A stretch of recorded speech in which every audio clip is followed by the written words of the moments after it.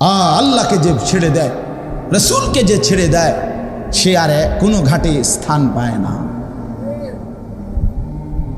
তার জিন্দিগি ছন্ন ছাড়া, দুর্বল।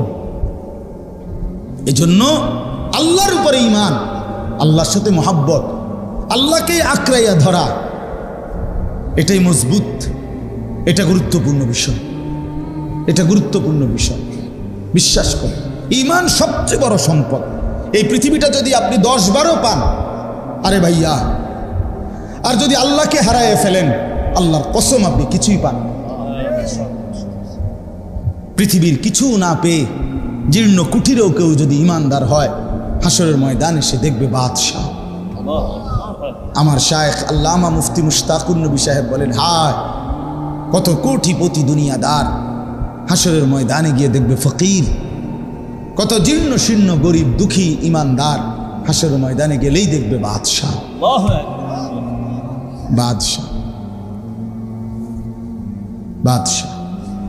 এজন্য ভাই এটা জরুরি বিষয়, আল্লাহকে ছাড়তে নাই।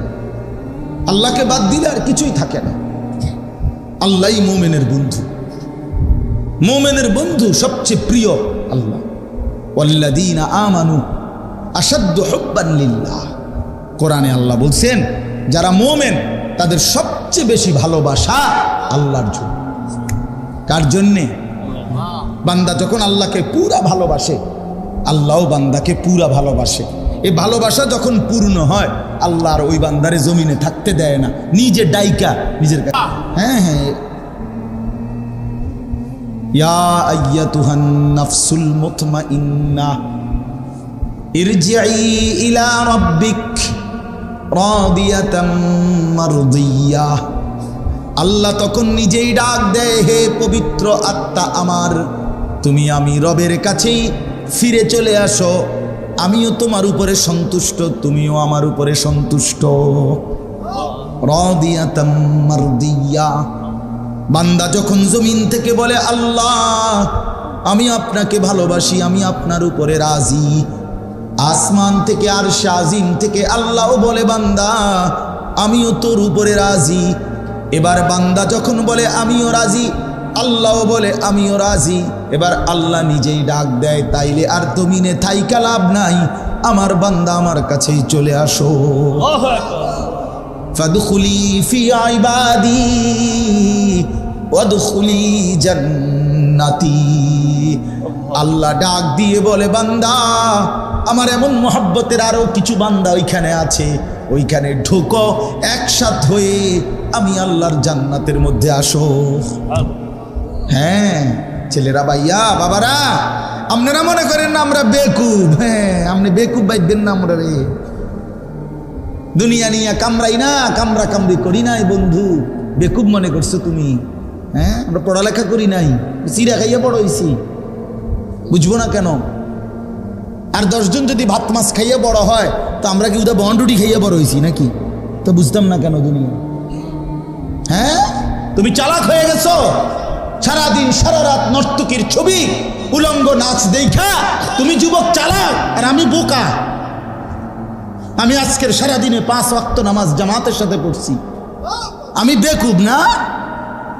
তুমি চালাক, তুমি মানুষের বাড়ি দেখা চালাক, তুমি নর্তকী দেখা চালাক, তুমি উলঙ্গ ছবি দেখা চালাক। এই ফালতু চুলের মডেল, এটা বুঝি বুদ্ধিমান? কার থেকে নিছ? কার থেকে? কোনোদিন জিজ্ঞাসা করছুনি সেলুনওয়ালারে যে ভাই এটা কার চুল? পৃথিবীর কোন সভ্য, ভদ্র, মার্জিত, রুচি সম্পন্ন, বিবেকবান, আরে হুজুর বাদ দেন, কোন দার্শনিক, পণ্ডিত, গবেষক, ইতিহাসবিদ, রাজনীতিবিদ, ডাক্তার, ইঞ্জিনিয়ার, সমাজসেবক, জনদরদি, এমন কারো চুল নিয়ে গুলো? কিছু মাতাল, তার সিরা, পাগলের চুল ছাড়া আর কারো চুল নাই এগুলা বেটা। আমি চ্যালেঞ্জ করলাম বেটা, এখন দাঁড়ায় বল না এটা যে হুজুর আমার এই বিশ্রী চুল, এটা কোনো বিবেকবান, কোনো ভদ্রলোকের চুল? দাঁড়াও, এখন বলো, এখন যদি প্রমাণ করতে পারো, আমি তোমার সামনে 50 বার কানে ধরে বটনি লাগাবো। এই মোবাইলে ভিডিও দেখা, কার মতো জিন্দিগি সাজলা?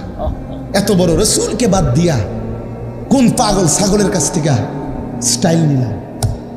হ্যাঁ, বেউকুফ বেটা, কি পড়ালেখা করছো? এতটি বাংলা, অঙ্ক, ইংরেজি, পদার্থ, জীববিজ্ঞান পড়া নিজে অপদার্থ হইয়া রইলা। কিতা পড়ছো? এখনো নিজেরই চিনলা না, আল্লাহ চিনলা না, মুনির চিনলা না। মিয়া কোত্থেকে আসলাম, কেন আসলাম, কি করছি, কি করা উচিত, কিছুই আমি জানি না। এটা কি পড়ালেখা করলো আর কি শিখলো? এতে পড়লো কি, শিখলো কি? এটি খরচ হলো কার পিছনে? বলেন বলেন। বন্ধুর দিকে চাইও না, সামান্যায় ভালো হইতে দেয় না। সাবধান, তোমার সামান্যটার লগে চাইলে এ পারতা না, ওই অসতে তোমারে ভালো হইতে দিবে না। হ্যাঁ হ্যাঁ, ওই তোমারে নষ্ট করে দিবে। তোমার চাইতে বড়, তোমার চাইতে দিনদার, তোমার চাইতে ভালো মানুষের দিকে তাকাও, তাইলে জীবনের কিছুটা পাথেও মিলবে। এক সামান্য হয় না, এটা জরুরি বিষয়। আমি এটা সবসময় বলি, সামান্য নষ্ট করে দেয়। আরে বুঝতে দেখ, আল্লাহকে বাদ দিতে নাই ভাই। আল্লাহ তাআলা কোরআনে বলছেন, বান্দা আমারে বাদ দিও না, কষ্ট পাইবা, কষ্ট পাইবা। আমি সব সহ্য করতে পারি, আমার জাত ও সিফাতের মধ্যে বান্দা যখন আমারে বাদ দিয়া অন্য কিছুর উপরে ভরসা করে, অন্য কিছুকে বন্ধু বানায়, আল্লাহ বলে বিশ্বাস করো বান্দা, আমি এটা সহ্য করতে পারি না। হ্যাঁ, আপনি দোকান, এই দোকানটাকে এতটা গুরুত্ব দিছে, নামাজ না না হুজুর কাস্টমারের ক্ষতি হয়ে যাবে, ব্যবসার লস এসে পড়বে।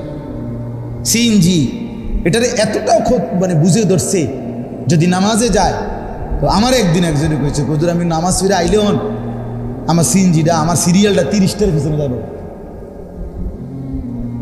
বুঝছেন না হিসাবটা? মানে সিএনজির একটা কি দেয়, সিরিয়াল দেয় না, স্ট্যান্ডের মধ্যে একজনে কি দেয়, সিরিয়াল দেয়। আরই সিরিয়াল পিছিয়ে দেয় বোকা নামাজ পড়তে গেলে। তার মানে সিএনজি তোর খোদা, তোর খোদা সিএনজি, তোর খোদা অটো, তোর দোকান তোর খোদা, আপনার ফুতের বিদেশের টাকা আপনার খোদা। এই জন্য সুদে পারো, কিস্তিতে পারো, যেমনে পারো হারাম। আরে আল্লাহ বলছে সুদ হারাম, রাখো মিয়া, কিস্তি হারাম, আর থো মিয়া, হুজুর মিয়া আমার টাকা দরকার। আল্লাহর কথা বাদ দেন। এইভাবে গায়রুল্লাহর উপরে নির্ভর করে এরপরে সন্তানকে বিদেশ পাঠাইছে। 3 বছর লাগছে না, 2 বছর লাগছে না, এবার আল্লাহর রহমতে বিয়ে কইরা এখন আব্বা বুঝেন তো কি আর এরকম সময় আসেনি, এই সংসারে থাকতে পারে না, শহরে থাকবো, কুদুর খোলাফাইন মানুষ করবো, জিভুত মানুষ করবো। বাপ মারে বাদ দিয়ে এখন জিভুত মানুষ করে।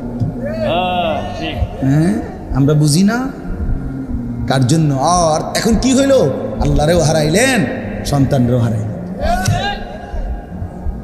কি হইল মকবুল ভাই? এই হইল না, আল্লাহরও হারাইলো, সন্তানরেও হারাইল। সুদের টাকায় ফুত বিদেশ পাঠাইয়া, কিস্তির টাকা দিয়ে পাঠাইয়া আল্লাহরে তো কি হারাইলো।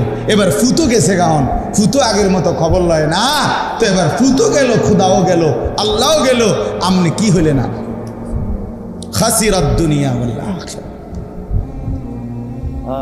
আজকে এটাই কথা, আল্লাহকে বাদ দিতে নাই।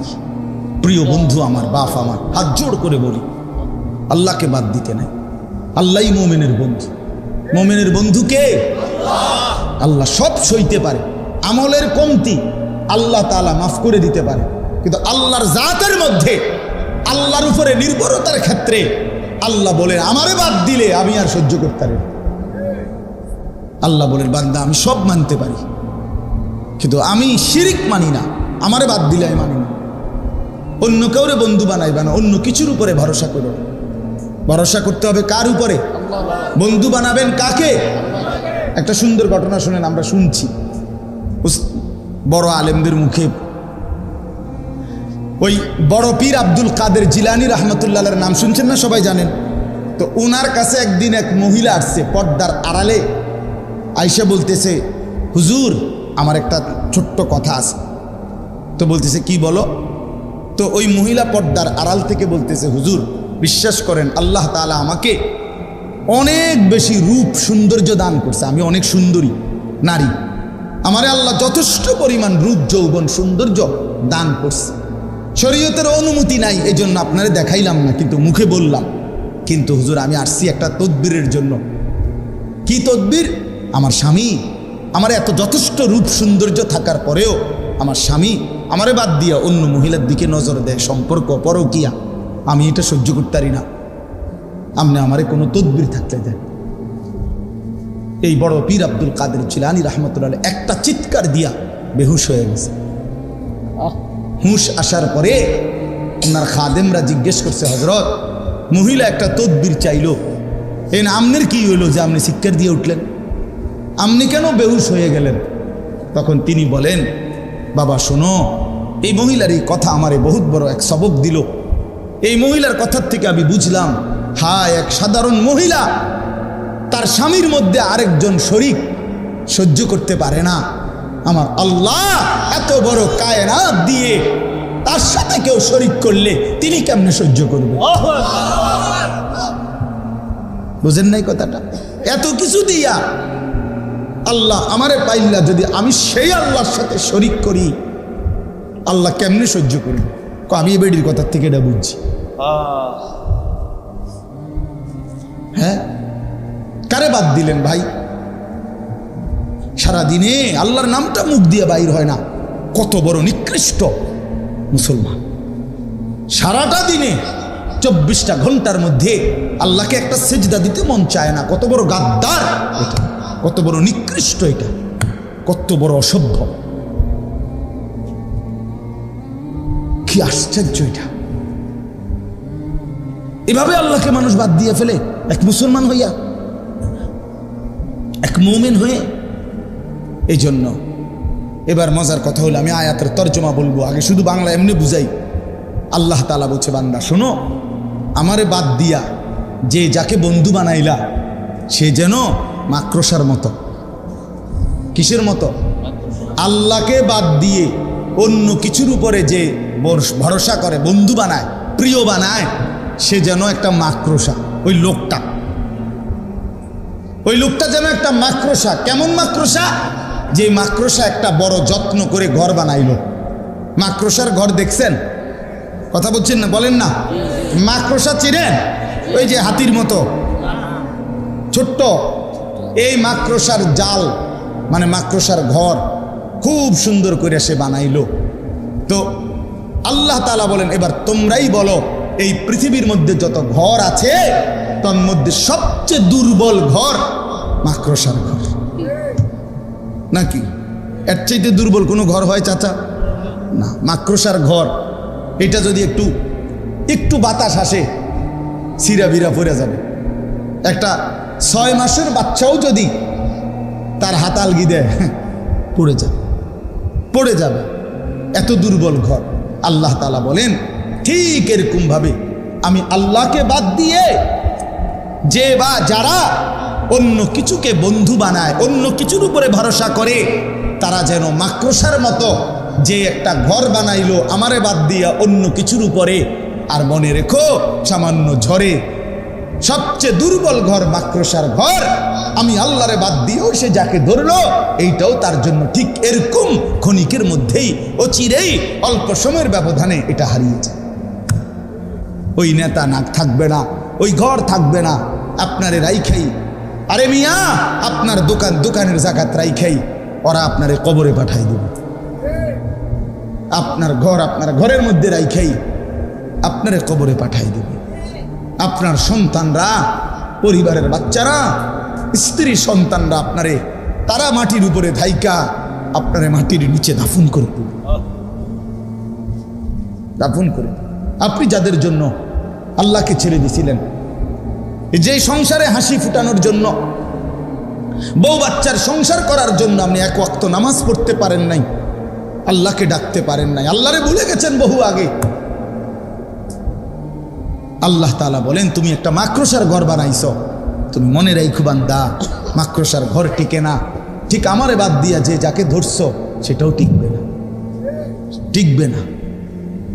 আমার কোনো নেতা, আমারে বাদ দিয়া কোনো কর্মী, আমারে বাদ দিয়া কোনো দল, আমারে বাদ দিয়া কোনো পার্টি, যার উপরেই ভরসা করবা সেটা টিকবে না, সেটা থাকবে না।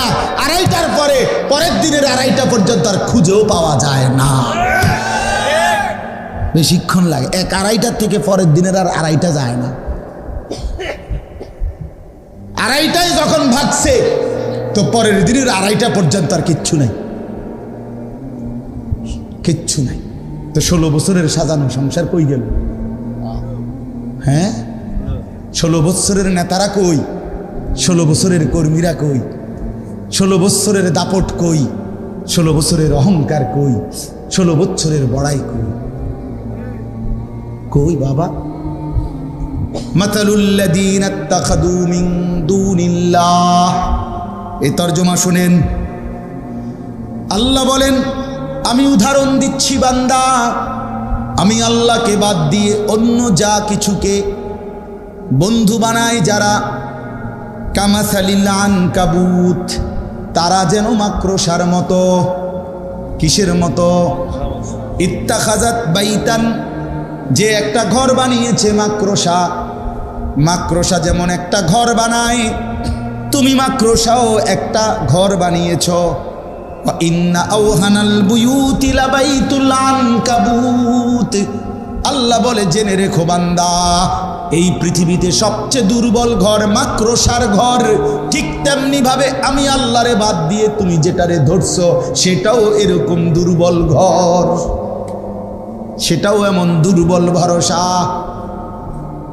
যে ছেলেদের জন্য এত কিছু করলা, ওরা সত্যি সত্যি তোমার কথা মনে রাখবে না, কিন্তু তুমি যদি আল্লাহরে মনে রাখতা, আল্লাহ বলে বান্দা ফাদকুরুনি আযকুরুকুম, তুমি যদি আমারে মনে করো বান্দা, আমি ওয়াদা দিলাম আমি তৎক্ষণাৎ তোমাকেও মনে করব। তুমি ডাইকো আমারে, আমিও ডাকবো তোমারে। বান্দা বলে আল্লাহ, রব্বুল আলামিন বলে লাব্বাইক ইয়া আবদি, বলো বান্দা আমি হাজির। বান্দা আবার বলে আল্লাহ, বান্দা বারবার বলে সুবহানাল্লাহ সুবহানাল্লাহ আলহামদুলিল্লাহ। আল্লাহ প্রতিবারই বলে লাব্বাইক ইয়া আবদি, বান্দা বলো না আমি হাজির, আমি হাজির, বলো কি চাচ্ছ। বান্দা কিছুই বলে না, শুধু আল্লাহরে ডাকে, আল্লাহরে ডাকে, আল্লাহরে ডাকে, আল্লাহরে ডাকে। জিকির করতে করতে মজা পায়। একটা সময় আল্লাহ বলেন, হাদিসে কুদসির মধ্যে আছে, আল্লাহ বলে বুঝছি বান্দা তুমি আমারে ডাইকা বড় মজা পাইছো, ঠিক আছে বান্দা তুমি আমারে ডাকতে থাকো, আমি আল্লাহ তোমার প্রয়োজন পূরণ করতে থাকি। আমি তো সবই জানি, তোমার বউটা যে অসুস্থ আমি তো জানি, ছেলেটা যে বিদেশে অসুবিধা আছে আমি তো জানি, তোমার দোকানে বেচা কেনা কমে গেছে আমি তো জানি, তুমি এই এই রোগ শোকে ভুগছো আমি তো জানি। জানে না? জানে না? তো আল্লাহ বলে তুমি আমারে ডাকতে থাকো, আমি তো তোমার কি কি অসুবিধা আমি তো জানি বান্দা, আমি সেগুলো পূরণ করতে থাকি। কেন আমারে বাদ দিবা? যুবক, এত অল্প বয়সে আল্লাহকে কেন বাদ দিবা? কি সমস্যা? তুমি তো সুস্থ সবল, তোমার শরীর দিমাগ সবই তো ঠিক আছে বন্ধু। বৃদ্ধ বয়, আমার আম্মা, আমার মা 70-এর মতো বয়স, আহা মা আমার এখনো জীবিত আছে ভাইয়া। আমি বহু আজে বলছিও, আমার আম্মা আজীবন, আমরা 5 ভাই 3 বোন, 8 জন ভাই বোনকে মা নিজে তাহাজ্জুদ পইরা ফজরের আগে মারে দেখছি সারাটা জীবন। মা এই স্কুলের মাদ্রাসার যে ঘন্টা ফেটে, ওই যে কাঁসার একটা গোল একটা ইয়াসনের দিয়ে ঘন্টা ফেটে, এইটা দিয়া ফজরের আগে মা আমাদের ভাই বোন সবার রুমের সামনে গিয়া গিয়া এইটা দিয়ে এমনি এমনি টুম টুম টুম টুম করে ঘন্টা ফিরতো, আরাম করে ফজরের নামাজের জন্য উঠাইতো।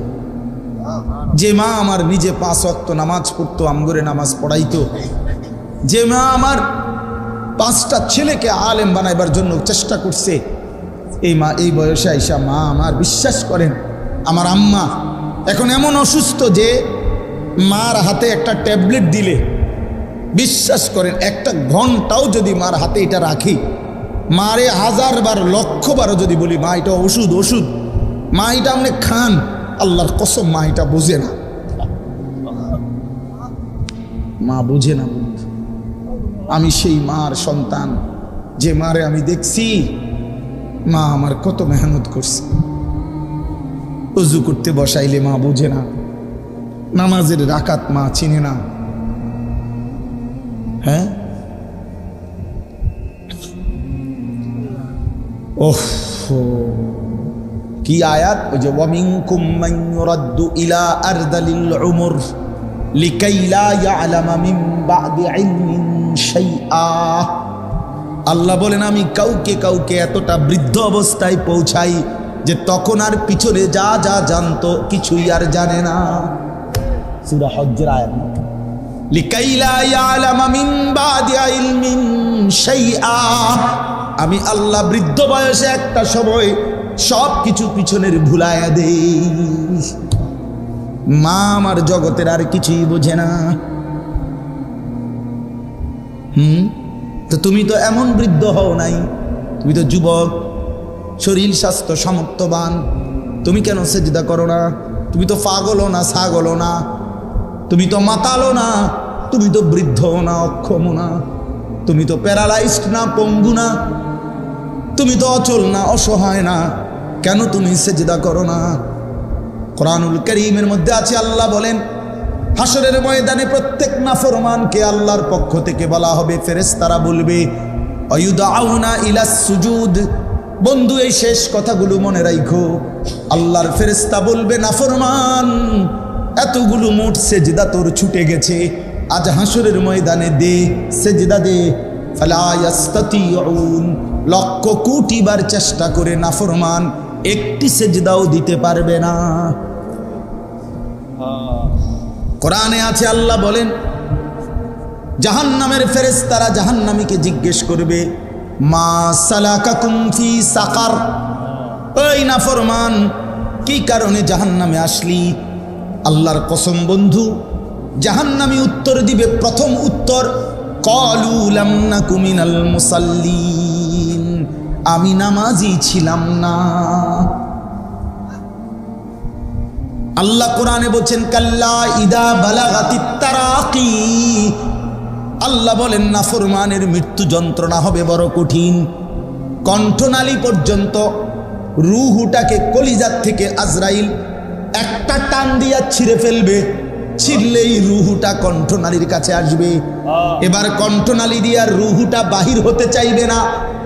আল্লাহ তাআলা রাসূলুল্লাহর হাদিসে স্পষ্ট নবীজি বলছেন এই কণ্ঠনালীর কাছ থেকে রূহটাকে দুনিয়ার মানুষ কোনো পলিথিন যদি কোনো শক্ত কিছুর মধ্যে লাইগা থাকে, পলিথিন যদি এমনে না খোলে, টাইনা টাইনা যেমনে ছিঁড়ে, আল্লাহর কসম নবী বলে কণ্ঠনালীর থেকে রূহটা নাফরমানের বের হতে চাইবে না, ফেরেশতা ভাবে টাইনা ছিঁড়া বাইর করবে। কাল্লা ইযা বালাগাতিত তারাকি। আল্লাহ বলেন এমন কষ্টের মৃত্যু, এমন কষ্টের মরণ কেন হবে জানোনি? ফালা সাদ্দাকা ওয়ালা সাল্লা, কারণ সে আমি আল্লাহরে মানে নাই আর নামাজ আদায় করে না। মাতবরি ছুটটা যাইব দেখো। এখনকার মাতবরি বাতে না দুগা খাও আর মোবাইল টিপো বইয়া বইয়া, এই তো আর কিতা। মাতবরি ছুটে যাবে ভাইয়া, কলিজাটা ছিঁড়া ফেলবে ফেরেশতা, রুহুটা ছিঁড়া ফেলবে, একদম টুকরা টুকরা বানায় ফেলবে। আল্লাহ আমারে মাফ করে দেন। ফালাউলা ইদা বালাগাতিল হুলকুম ওয়া আনতুম হিনাইদিন তানজুরুন। সূরা ওয়াকিয়া। আল্লাহ বলে নাফরমানের রুহুটা যখন কণ্ঠনালীর কাছে আসবে আর তোমরা আত্মীয় স্বজন আশেপাশে অসহায়ের মতো তাকিয়ে থাকবে। ওয়া নাহনু আকরাবু ইলাইহি মিনকুম ওয়ালাকিন লা তুবসিরুন। আমি আল্লাহ কিন্তু ওর কাছাকাছি আছি, যদিও তোমরা আমাকে দেখছো না। এবার আল্লাহ চ্যালেঞ্জ করে বলে, ও দুনিয়াবাসী, তারজিউনাহা ইন কুনতুম সাদিকিন, তোমরা যদি মনে করো আল্লাহ পাক তোমাদেরকে শাস্তি দিবে না, হাসরের ময়দানে উঠাবে না, আখিরাত যদি মিথ্যা মনেই হয়, তাইলে এই নাফরমানের কণ্ঠনালীর থেকে রুহুটা ফিরাইয়া তার কলজার ভিতরে ঢুকায় দাও। ওরে মরতে দিও না, ওরে ধরে রাখো, সাই পারোনি, তার জিউনাহা, রুহু ফেরত দাও, ধরে রাখো। কই পারবে? বলে না কেন? চলেন আমিও বদলাই, আমরা সবাই বদলাই, ঠিক আছে না ইনশাআল্লাহ? আল্লাহ সবাই রে ভালো করে, সবাই রে ভালো। আল্লাহ বলেন লাউ কানু ইয়ালামুন, আমার বান্দা যদি এই কথাটা বুঝতা, এটাই ভালো হতো যে আমারে বাদ দিলে তোমার ভালো হয় না, আল্লাহরে বাদ দিলে কি হয় না?